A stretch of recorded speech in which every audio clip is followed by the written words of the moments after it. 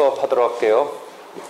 저번 시간 우리가 민사집행법 총론적인 얘기 조금 했고, 그 다음에 보전처분에 대한 이야기 조금 했고, 그 다음에 집행의 요건에 있어서 우리가 이제 집행문 이 부분 오늘 배울 건데, 그것에 앞서서 집행권한을 저번 때 쭉 하고 집행문에 대해서 잠깐 보다가 다시 오늘 집행문 위주로 한다라고 이렇게 이야기했죠. 그러니까 집행의 요건이라고 해서 이제 집행권한이 있어야 되고 집행문이 있어야 된다. 이 집행문의 역할은 이제 오늘 이야기해 줄 건데, 이 집행권한이 나타내주는 바를 변동이 없다면 그대로 집행권한이 집행하면 되는데, 그런 것 등을 확인하는, 공증하는 그런 문, 이것을 하나 첨부해서 변동이 없다면 보통 집행문을 붙이는 거고, 거기에 주체가 변동이 있다든지 하면 승계 집행문을 붙여서 이제 집행의 요건으로 우리가 집행을 하기 위한 요건이 되는 건데, 실제 집행은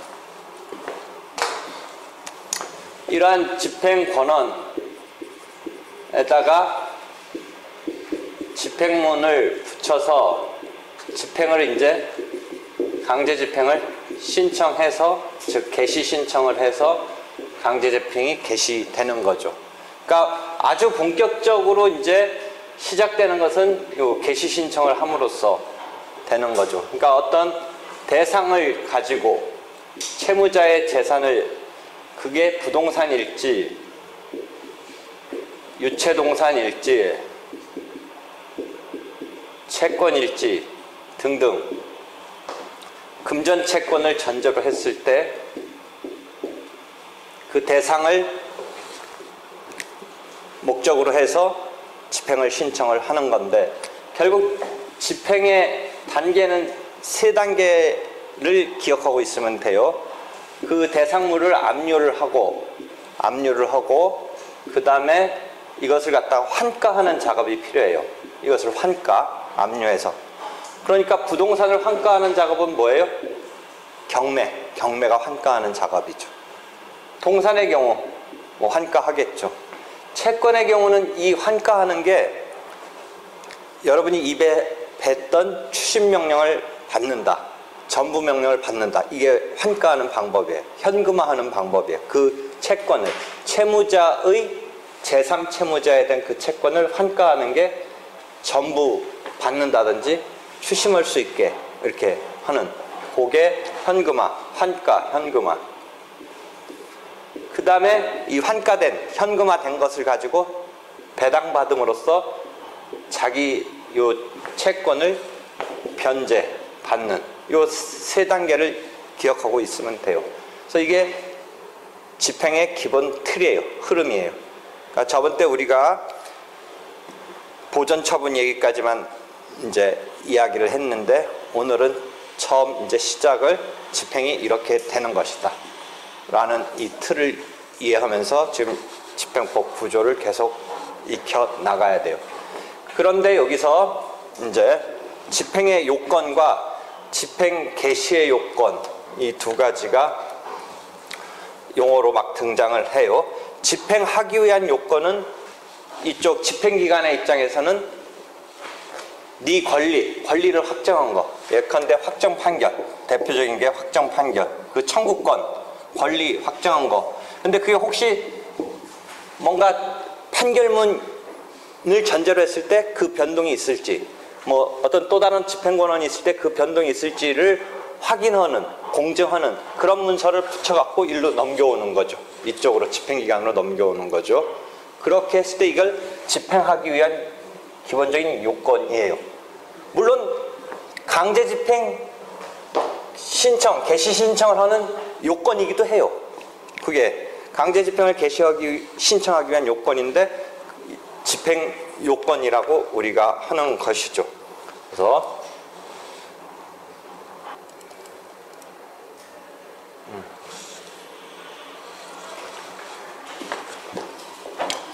강제 집행은 뭐 말로 풀었으면 청구권의 강제적 실현. 근데 강제적 실현을 하려면 남의 재산권에 대한 강제적인 것이니까 그것을 뭔가 인정해주는 그 집행을 근거를 부여해주는 그게 집행 권한이다 라는 것이 종래 용어로 채무명이라고 그래. 종래 용어로 그 집행 권한이 필요하는데 그것을 강제 집행의 요건으로서 한편 강제 집행을 개시할 때 집행하는 기관이 그걸 넘겨받아서 강제 집행을 개시하기 위한 그때 강제 집행 개시의 요건이라고 부른다. 강제 집행의 요건으로는 그 청구권이 있어야 된다. 그 집행 권한으로 나타나는 거지. 그 사람이 집행하기 위한 채권자가 그 집행 채무자를 대상으로 강제 집행하기 위한 요건으로 제일 핵심적인 것은 네가 과연 그 청구권을 갖고 있느냐. 왜냐하면 지금 이 집행기관 위주로 본다면 앞에서 벌어진 일은 딸랑 그것만으로 우리가 볼 수 있는 거지. 그쪽서 지금 넘어오는 것, 청구권을 확정하는 것은 판결기관, 대표적인 확정 판결을 전제로 한다면 판결기관에서 그걸 확정해서 일로 오는 거니까 이쪽 입장에서는 그게 반드시 필요하지. 그래서 청구권이 존재하는 것. 예컨대 조건이 붙었다든지 이행기가 붙었다면 이제 조건 성취 집행문이 하나 거기에 따라 붙어야겠지. 그러니까 그런 게 없다면 뭐 보통 집행문으로 그냥 가면 되는데 좀 이따 우리가 배우려는 집행문의 종류에 있어서 보통 집행문이 있고 조건 성취. 왜냐면 원래 확정 판결에 여러분이 이제 주문 쓰고 이런 거 많이 연습했는데 거기에 뭐 조건이라든지 뭐 어떤 말소 등기 근저당 설정 말소 등기 할 때 여러분이 자주 만나는 게 그 변제 충당하고 꼭 결부돼서 잔액을 좀 채 안 치르게 뭐 이런 류의 문제 많이 보잖아. 그러니까 마지막 남은 잔액 주고 말소 등기 해라. 그때 주고 그건 상환이행이 아니라 주고니까 선이행으로 이렇게 되어 있은 상태에서 근저당권 설정 그걸 말소해라 이렇게 되니까 그러면 주고라는 그 주고를 여기서는 이제 줬느냐 이런 거를 이제 붙여가지고 그것을 조건 성취 선이행 부분 이런 부분을 체킹을 한 집행 권한에는 주고 받아라라고 돼 있으니까 준거 여부를 여기서 체킹을 하기 위해서 조건 성취 집행문이 따라 붙어야 되지. 집행 권한에 그렇게 되어 있으니까. 예컨대 이제 승계 집행문이라고 하는데 실은 국내 교과서 보면 다 승계 집행문 이런 표현을 쓰는데 승계 집행문이 나는 적당한 용어 같지는 않아. 왜냐하면 승계인, 변론 종결 뒤에 승계인에게 그 판결의 기판력, 집행력 등을 미치기 위해서 이제 승계 집행문을 발부한다. 여러분이 그런 정도는 이제 이렇게 되어 있고 과연 이제 어떤 범위에서 그 승계인의 범위를 포착할 거냐 이런 거 연습을 했던 뭐 그런 부분에서의 승계 그 경우는 맞는데 우리가 민사소송법 218조를 보면 판결의 효력을 받는 자에는 승계인 이후에 이외에 그런 경우도 있단 말이야. 소송 담당의 경우에 원래 선정 당사자가 받은 판결의 효력이 선정자에게 미친다든지 뭐 이런 경우도 있잖아. 예컨대 채권자 대위 소송에 있어서 채무자에게 판결의 효력이 미친다든지 뭐 등등 얘기할 때는 그건 변론 종결 후의 승계인은 아니거든. 우리가 기판력, 집행력의 주관적 범위를 얘기할 때 변론 종결 후에 승계인에게는 뭐 효력이 미치는 것 말고 우리가 또 추가적으로 판결의 효력을 받는 게 소송 담당 등에 있어서 원래의 이 기속 주체에게 소송 담당자가 받은 판결의 효력이 미치니까 이런 경우는 승계인이라는 용어에 딱 맞지는 않아.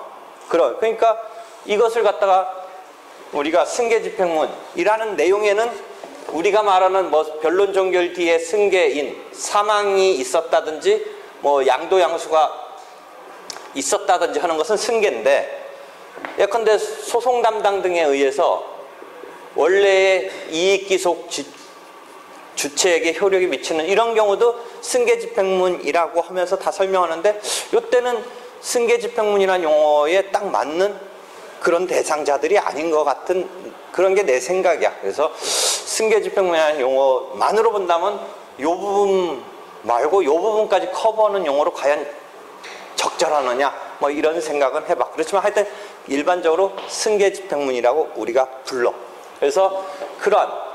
그런 것 등의 집행문이 필요하다라는 얘기를 지금 이쪽서 강제 집행의 요건으로 이제 그것이 필요한데 이런 것을 저쪽에서 해갖고 와야 돼.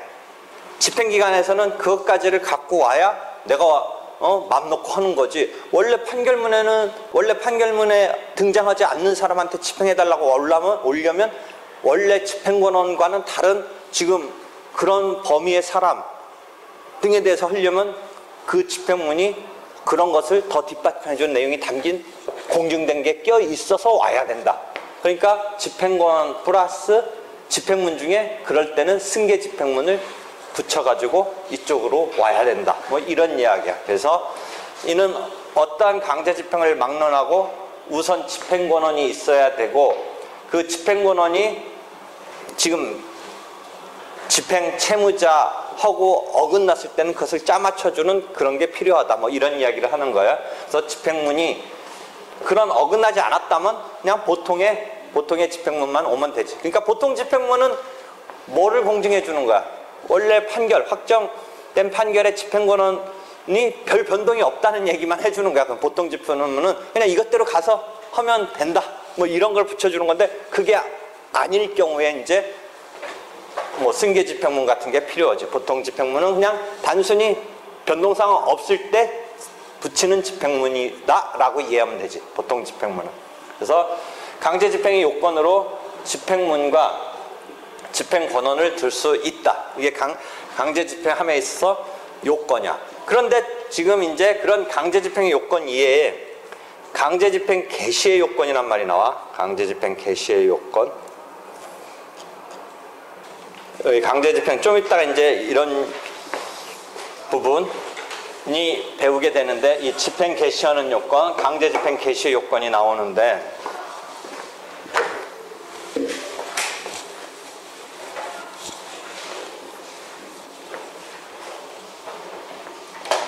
강제 집행을 개시할 때 집행기관이 그 구비 여부를 판단하는 이런 요건인데 강제 집행 요건 그 자체에 대응을 해.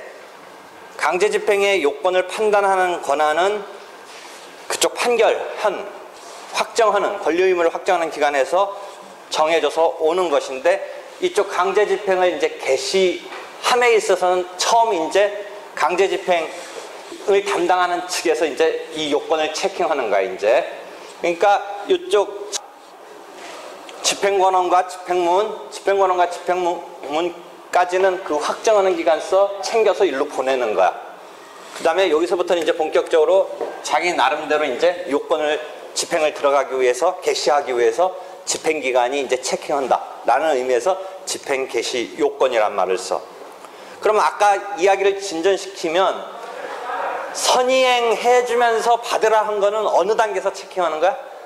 조건 성취 집행문이니까 집행문 단계에서 체킹해서 보내. 그런데 상환이행적인 의무는, 반대 의무는 어디서 체킹하냐면 요 단계, 집행 개시하는 단계에서 체킹을 해. 선이행은 먼저 집행을 할 채권자가 제공하고 받으라는 건데 그러니까 그거는 먼저 제공한 것은 집행문 단계에서 체킹을 한다는 거죠. 근데 지금 상환이행 판결 같은 경우에 동시이행 같은 경우는 집행문 부여 단계에서 체킹하는 게 아니라 거기서는 아직 먼저 하라고 한 것까지만 체킹하면 되고 동시에 상환으로 이행할 거는 어느 단계에서만 해주면 되냐면 이제 집행을 진짜 제대로 개시하려는 단계 신청하면서 집행 개시 요건을 충족했느냐 부분서 집행기관이 이제 체킹하는 거야. 상환이행 부분은 그 반대급부는 집행기관이 집행 개시 요건으로서 체킹한다. 이해할 수 있겠어요? 그런 거야. 됐죠? 그래서 이런 집행 개시 요건을 체킹하는데 여기서 반대급부 또는 그 제공이 있은 것 등은 강제 집행의 요건에 대응해서 지금 강제 집행 개시의 요건으로서 이 경우는 집행기관이 판단한다. 집행기관이 판단한다. 이런 기본 개념 이해해둬야 돼요. 그러니까 우리가 집행권은 집행문까지 이야기를 하고 이제 강제 집행을 신청해서 개시한다. 이런 지금 절차의 흐름을 머릿속에 그리면서 보면 돼요. 그럼 오늘은 집중적으로 집행 개시의 요건까지 또 조금 갔다가 다시 집행 권한에 이어서 집행문을 보도록 하죠.